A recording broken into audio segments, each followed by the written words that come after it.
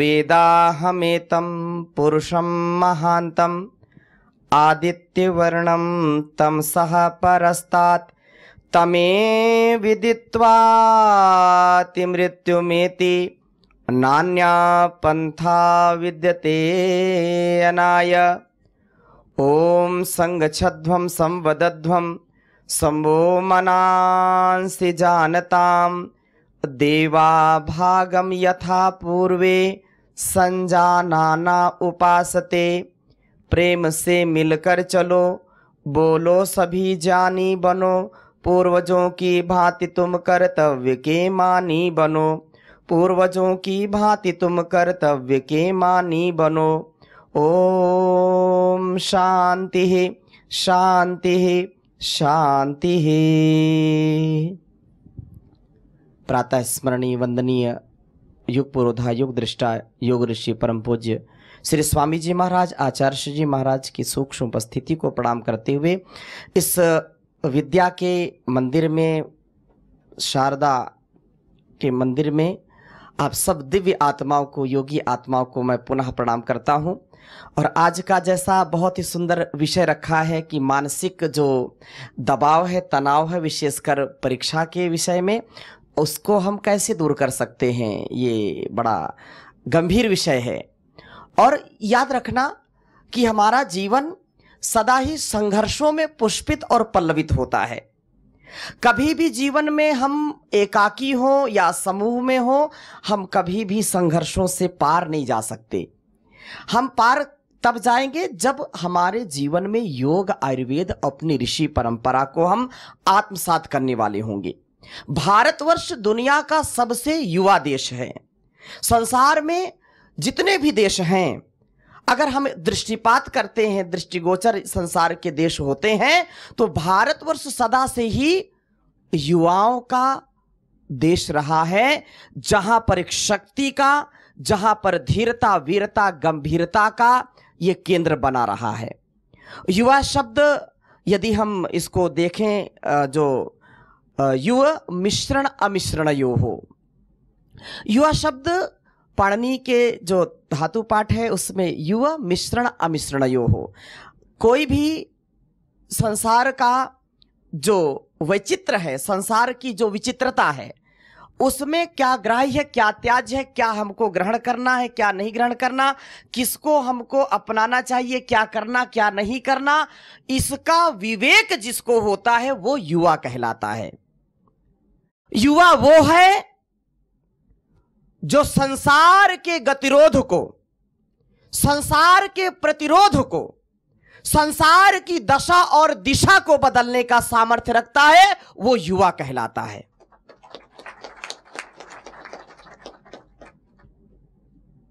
हमारा भारतवर्ष सदा से ही युवा रहा है। और हंसी हंसी में, बात बात में आपको जीवन का रहस्य बता रहा हूं।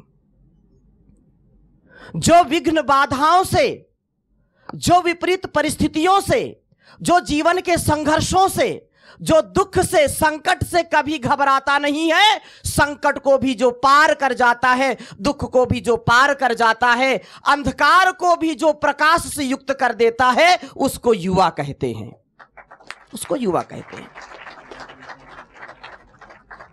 ये भारतवर्ष सदा ही हमारे जितने भी महापुरुष हुए हैं, भगवान राम, भगवान कृष्ण की हम बात करते हैं, हनुमान की बात करते हैं, उन्होंने जब संघर्ष किया तब युवा ही थे वो। जब हम युवाओं की बात करते हैं तो भगत सिंह, चंद्रशेखर आजाद, अशफाक उल्लाह खां, और हम बात करते हैं झांसी की रानी लक्ष्मीबाई की, हम बात करते हैं सीता सावित्री की, हम बात करते हैं झलकारी बाई की, हम बात करते हैं दुर्गावती की, हम बात करते हैं रानी चेन्नम्मा की, तो उनका जीवन भी युवा ही अवस्था में था। याद रखना, आज की युवा पीढ़ी मानसिक दबाव से, तनाव से क्यों ग्रसित हो रही है? बात परीक्षा की नहीं है, बात यह है कि उनका चरित्र, उनका व्यक्तित्व ऐसे षड्यंत्र में फंस गया है कि अपने व्यक्तित्व को जान नहीं पा रहे हैं, कैसे जीवन को जीना चाहिए। न घर परिवार में, न संसार में ऐसी घुट्टी पिलाई जाती है कि आपको बताया जाए कि आपका जीवन क्या है। हम अपने भोगों से, अपने रोगों से उबर नहीं पाते तो हम संसार की क्या सेवा करेंगे? कैसे मानसिक तनाव से ऊपर आएंगे? हम तुच्छ स्वार्थ से, संकीर्ण भावनाओं से ऊपर नहीं आ सकते हैं और हम चर्चा करते हैं कि हम बहुत बड़े सूरमा बन जाएंगे। कभी नहीं बन सकते। हमको आवश्यकता है उस भारतवर्ष के युवा की जो अपने जमीर को, अपने जीवन को इस जगत के कल्याण के लिए लगाए। हम ऐसे भारतवर्ष की संतान है, ऐसी धरती मां की संतान है जहां पर अयम निजा परोवेति गणना लघु चेतसाम उदार चरिता नाम तू वसुधैव कुटुंबकम। मैं रहूं ना रहूं, मेरा देश रहना चाहिए। यह त्याग और तपस्या का देश है भारतवर्ष। दुनिया को हमने शिक्षा संस्कार सिखाया, दुनिया को हमने आहार सिखाया, दुनिया को हमने व्यवहार सिखाया। और जिस दिन ये गौरव, ये हमारे अंदर भाव जागृत हो जाएगा, तनाव दबाव दूर हो जाएगा। हमने उल्टे काम किए हैं। योग के स्थान पर भोग को अपनाया है। हमने ब्रह्मचर्य की शक्ति को नहीं पहचाना। आज हम बात करते हैं ब्रह्मचर्य की तो ये मन में आता है, ये व्हाट इज दिस, ये किस चिड़िया का नाम है? ब्रह्मचर्य भी कोई चीज है क्या? याद रखना कि हमारा जीवन इस जगत और इस संसार के उद्धार के लिए, कल्याण के लिए है। और एक बार भी व्यक्ति अपने चरित्र से गिरता है तो जीवन में कभी संभल नहीं पाता है। आयुर्वेद भी पढ़ते हैं, योग भी पढ़ते हैं, हमारे डॉक्टर रत्नेश जी पढ़ाते हैं। तो 3 चीजें हमेशा याद रखिए, आहार, निद्रा, ब्रह्मचर्य। 3 शब्द बोलिए, आहार, निद्रा, ब्रह्मचर्य। यदि ये हमारे तीनों ठीक हैं तो कोई माई का लाल हमको कभी रोग से ग्रसित नहीं कर सकता है। आहार हमारा दूषित हो गया है और आहार के विषय में तो बात ही मत कहो। आहार का तात्पर्य समझते हैं आप? आहार का तात्पर्य यह है जो भी हम ग्रहण करते हैं, आहरंती, जो भी इन इंद्रियों से ग्रहण करते हैं वो आहार कहलाता है। क्या कहलाता है? और आहार शुद्धौ सत्व शुद्धि। उपनिषदों का बहुत बड़ा ये सिद्धांत है कि आहार की शुद्धि से बुद्धि की शुद्धि होती है। आहार की शुद्धि से क्या होता है? आहार शुद्धौ, बोलिए, सत्व शुद्धि। आहार की शुद्धि से बुद्धि की शुद्धि है। आहार शुद्ध नहीं है, कभी भी बुद्धि ठीक नहीं रहेगी, दिमाग कभी ठीक नहीं रहेगा। और आहार जो है वो इंद्रियों का ग्रहण है। आहार का मतलब आंखों से जो देखते हैं वो भी क्या है? आंखों से रूप का आहार, कानों से शब्द का आहार, नासिका से गंध का आहार, रसना से रस का आहार, त्वचा से स्पर्श का आहार। 5 ये इंद्रियां हैं और 5 प्रकार के आहार हम ग्रहण करते हैं। करते हैं कि नहीं करते? अब ज्यादा डिटेल में नहीं जाऊंगा, समय का ध्यान रखना है। फिर भी आप जीवन में याद रखें वो बात मैं आपको बता के जा रहा हूं। ये आहार जब दूषित होंगे तो तनाव बढ़ेगा, दबाव बढ़ेगा, मानसिक विकार बढ़ेगा और व्यक्ति कभी स्वस्थ नहीं रहेगा, नींद भी हराम हो जाएगी, जिसको निद्रा कहा है। आहार, अब आंखों से हम शुरू करते हैं। आंख क्या है? रूप का ग्रहण करती कि नहीं करती? आंखों से हम गलत आहार लेते कि नहीं लेते? जो हम देखना हमको चाहिए वो हम देखते। अब देखो, उल्टे सीधे गाने भी बना दिया। इसको अन्यथा नहीं लेना, मैं केवल जब रास्ते से निकलता हूं डॉक्टर साहब तो सुनता हूं, आंखों के रास्ते दिल में उतर के ले गई मेरी। आप बताओ डॉक्टर साहब, ये गलत आहार ले लिया कि नहीं? बोलिए ना। गलत आहार लिया तो बीमार हुए कि नहीं? आप बताओ, आंखों के रास्ते कोई आया और दिल ले गया। अच्छा, फिर क्या है? दिल और दिमाग सबको दिया ईश्वर ने। मैं बहुत गहरी बात बता रहा हूं आपको, खेल खेल में ईश्वर ने 2 चीजें सबको दी हैं, दिल और। सबके पास है कि नहीं? यहां कोई घर छोड़ करके तो नहीं आया। दिल और दिमाग सबको दिया है, लेकिन हमको इसका प्रयोग करना नहीं आया। हमने इसका गलत प्रयोग किया। दिल हमने संसार को दे दिया। दिल किसको दे दिया? किसी लड़की को दे दिया, किसी लड़के को दे दिया, किसी व्यक्ति को दे दिया, यही तो देते हैं ना। किसको दे दिया? मतलब किसी ना किसी को तो दिया है ना। दिल लगा लिया संसार में और दिमाग लगाते हैं ईश्वर में। ध्यान रखना, कहां लगाते दिमाग? क्यों लगाते हैं? अरे कोई ईश्वर नाम की चीज नहीं है, बिना मतलब की बातें हैं, होता होता तो दिखाई पड़ता ना। कहां लगाते दिमाग?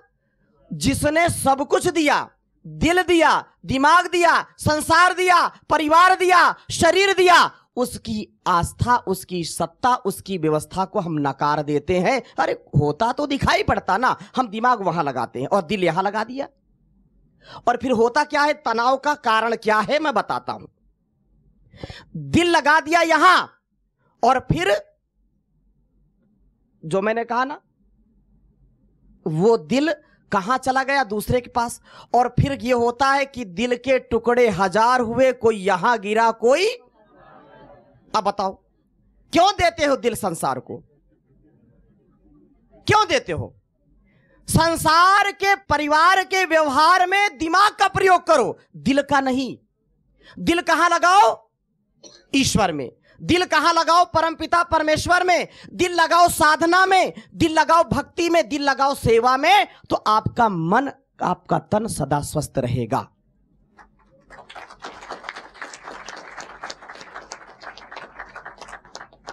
अब ये स्थिति है, ये केवल आंखों की आहार की बात बता रहा हूं मैं, और ये आप ही सब गाते हैं, सुनाते हैं, इसलिए मैं कभी आते जाते सुन लेता हूं। प्यार की पहली नजर, दिल ले गई, ले गई, ले गया, ले गया। अब बताओ, दिल ले गया, ले गई, तो इसको कौन संभालेगा? आपको विनाश से कोई माई का लाल बचा नहीं सकता। इसलिए दिल और दिमाग को अच्छा बनाने के लिए योग करो। आधि और व्याधि दो प्रकार की चीजें हैं, आधि और व्याधि। आधि किसको कहते हैं?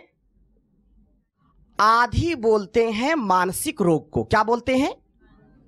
जब जो जिसकी चर्चा हम कर रहे हैं, क्रोध, लोभ, मोह, ईर्ष्या, द्वेष, छल, कपट, तनाव, दबाव, एंजाइटी, स्ट्रेस, ये सब क्या है? आधि है।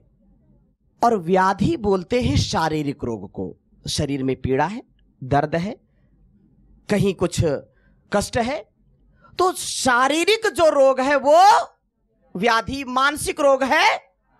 और आज 90 से 95% लोग आधि से ग्रसित हैं। ग्रसित है कि नहीं? दबाव है, तनाव है, किसी को कुछ। मैं गया जोधपुर एक गांव में, 3 दिन का शिविर था, वहां विद्यार्थियों के पास गया। छोटे बच्चों का विद्यालय था, तो योग का सेशन ले रहा था। तो मैंने पूछा कि देखो, योग अनुलोम विलोम करोगे, भस्त्रिका करोगे, प्राणायाम करोगे तो ये तनाव को दूर करेगा, दबाव को दूर करेगा, टेंशन को दूर करेगा, नहीं तो टेंशन बहुत ज्यादा बढ़ जाती है। टेंशन, आप लोगों में से किसी को टेंशन तो नहीं है? तो एक छोटा बच्चा, बिल्कुल छोटा बच्चा आया, बोले मुझको टेंशन रहती है। अरे माय डियर, टेंशन? इधर आओ। क्यों? आपको टेंशन क्यों रहती है? मेरा मूड ऑफ हो जाता है। क्यों ऑफ हो जाता है? मुझको लोग डांटते हैं ना, तो मेरा मूड ऑफ हो जाता है, मुझको टेंशन हो जाती। छोटा बच्चा, उसको भी ये पता चल गया कि टेंशन क्या है। बताओ, हमको अशोक जी, तो अशोक नाम ही अशोक है, कभी टेंशन किया क्या? बिल्कुल नहीं किया। तो ये टेंशन नाम का जो राक्षस है ना, ये छोटे बच्चों को भी नहीं छोड़ रहा है। और आप सब प्रबुद्ध हैं। कोटा नाम सुना है राजस्थान का? कोटा है, सीकर है, ये जो है एजुकेशन के हब बने हुए हैं। लाखों विद्यार्थी, छात्र छात्राएं पढ़ते हैं और प्रतिवर्ष इतनी आत्महत्याएं करते हैं। क्यों? क्योंकि याद रखना, हमने जीवन को जीना सीखा नहीं है, माता पिता ने हमको सिखाया नहीं, गुरु ने हमको सिखाया नहीं है। तो ये तो सौभाग्य कि आपको इस विषय पर यहाँ ये सुनने का अवसर मिल रहा है। आपके शिक्षकों के लिए एक बार जोरदार अभिनंदन करिए। याद रखना, अगर हमारा दिलो दिमाग नहीं ठीक है तो संसार में हम अच्छे इंसान नहीं बन सकते। एक अच्छे माता पिता नहीं बन सकते, एक अच्छे बेटा बेटी नहीं बन सकते, एक अच्छे पति पत्नी नहीं बन सकते, एक अच्छे राष्ट्र के नागरिक नहीं बन सकते हैं यदि दिमाग खराब है। तो कोई व्यक्ति आपके ऊपर विश्वास नहीं करेगा, अरे ये दिलो दिमाग इसका ठीक नहीं, पता नहीं कब क्या कर बैठे। तो हमको अपने दिलो दिमाग को ठीक करना है योग साधना। रोज कम से कम आधे घंटे से 1 घंटे का योगाभ्यास करिए, भस्त्रिका प्राणायाम करिए, कपालभाति करिए, अनुलोम विलोम प्राणायाम करिए। तो दिल और दिमाग ठीक रहे उसके लिए रोज मेडिटेशन, रोज योगाभ्यास जो है उनको करना। Every day do yoga and achieve divine health, divine thoughts. Every day do meditation without hesitation. ठीक है ना?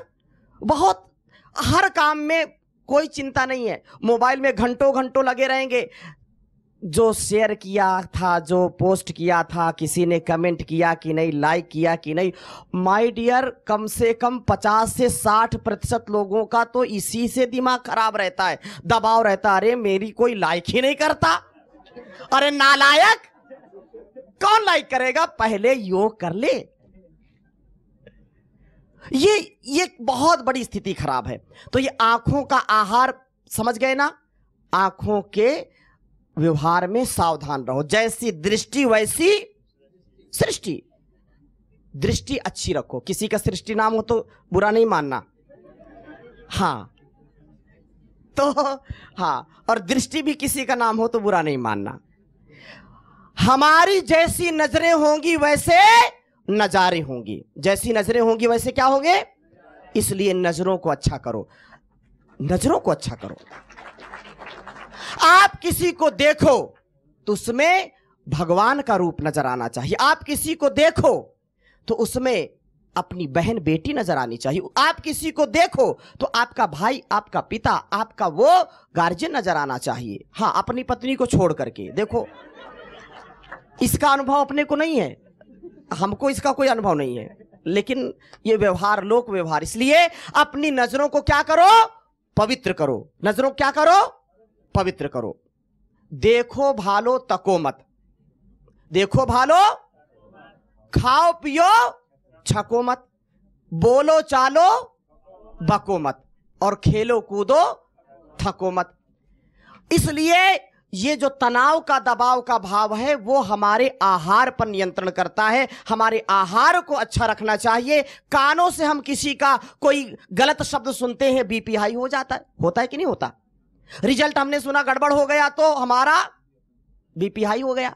इसलिए इतना सामर्थ्य आप रखिए कि आपको देखने का, आपको सुनने का, आपको जो भी इन इंद्रियों से आपका व्यवहार हो, आपके जीवन में वो परिवर्तन न लाए। परिवर्तन का मतलब, परिवर्तन तो आएगा लेकिन समत्व, आपको सुख का, दुख का, लाभ का, हानि का, जय का, पराजय का, मान का, अपमान का, सबका भाव एक समान रखना होगा, तो युवा देश का आगे बढ़ेगा।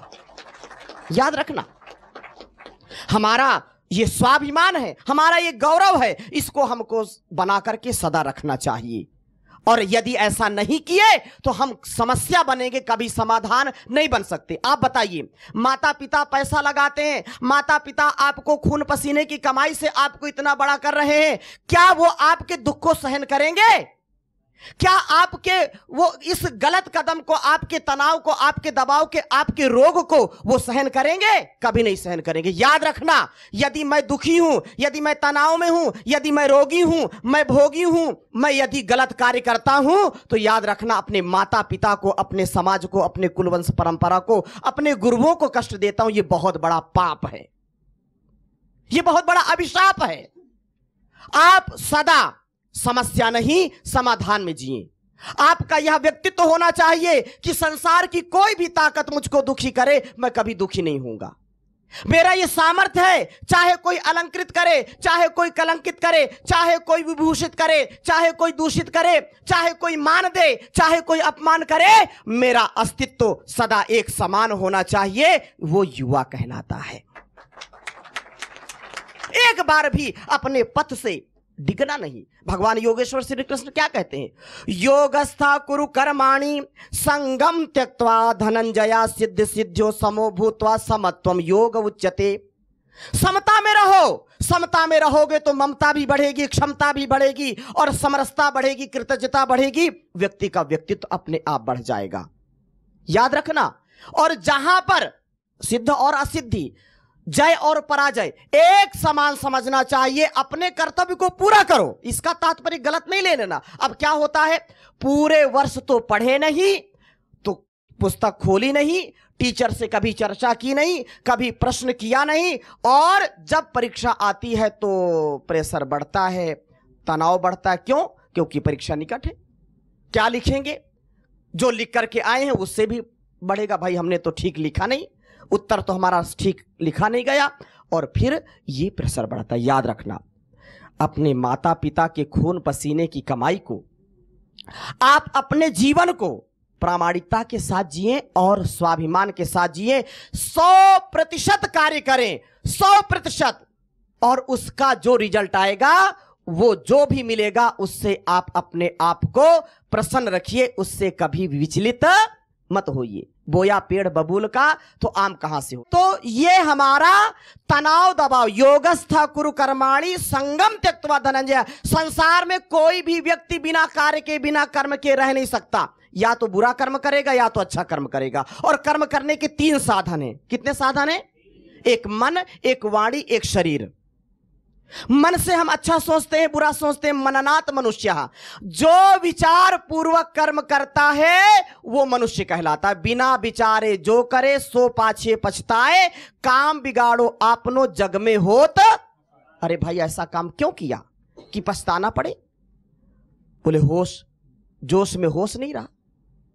अरे ऐसे होशो हवास से जीवन को जिए कि एक बार भी पश्चाताप करना ना पड़े। यदि गलती हो गई, त्रुटि हो गई, तो पश्चाताप करके आगे की, बीत गई सो बीत गई, आगे की सुध ले। मन को पक्का करिए। मन एवं मनुष्याणाम कारणम बंध मोक्षयो हो। मनुष्य का मन उसके बंधन और उसके मोक्ष का कारण होता है। यदि आप तनाव दबाव में रहेंगे तो जीवन में कभी उत्कर्ष प्राप्त नहीं कर सकते हैं।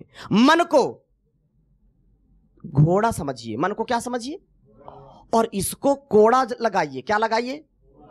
कोड़ा लगाएंगे तो सही राह पर चलेगा, और नहीं तो इधर उधर जाएगा दाएं बाएं। बहुत काम पर जीवन थोड़ा, उस पर मन का चंचल घोड़ा। बहुत काम पर जीवन थोड़ा, उस पर मन का चंचल घोड़ा। सोच समझ नादान रे बंदे, समय बड़ा बलवान रे बंदे। ये समय, ये पल कल आने वाला नहीं है, इसलिए हर पल उत्साह के साथ जीना, पूरे पुरुषार्थ के साथ जीना, अपने पुरुषार्थ में कोई कमी नहीं छोड़ना, अहंकार भी नहीं करना। No ego, no ignorance. अभी संगीता मैडम बता रही थी कि लोग अच्छा रिजल्ट आया तो भी 95 आ गया, उसका था 99 आना चाहिए, 100% आना चाहिए, नहीं आया तो गड़बड़ कर ली, फेल हो गए तो गड़बड़ कर ली। जो है उसको ईश्वर पर समर्पित करो, लेकिन कर्म में कोई कुताही नहीं करना कि नहीं हमने जो आया, हमने जो एक पंक्ति लिख दी, गाय हमारी माता है, दूध दही का नाता है, और बस लिख करके आ गए, कुछ नहीं लिखा। अब आगे मत बोलो, डॉक्टर साहब आगे भी बोल रहे हैं, मैंने कहा बस करो, ज्यादा मत बोलो, ये सब पब्लिक है, सब जानती है। तो हमारा जीवन कैसा होना चाहिए?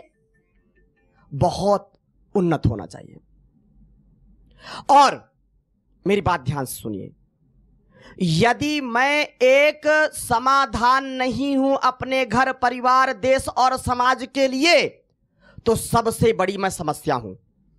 तो एक संकल्प भी आप ले लेंगे कि मैं कभी समस्या नहीं बनूंगा। योग समाधि, आधि और व्याधि से बचने का उपाय क्या है? समाधि। मेरे साथ बोलिए, अथ योगानुशासनम योगश्चित्तवृत्ति निरोधः तदा दृष्टुः स्वरूपे अवस्थानम योगः समाधि समाधि एव समाधानम। देखो, समाधि में समाधान मिलेगा। ये कोई अंतर नहीं है कि आप कहां जन्म लिए हैं,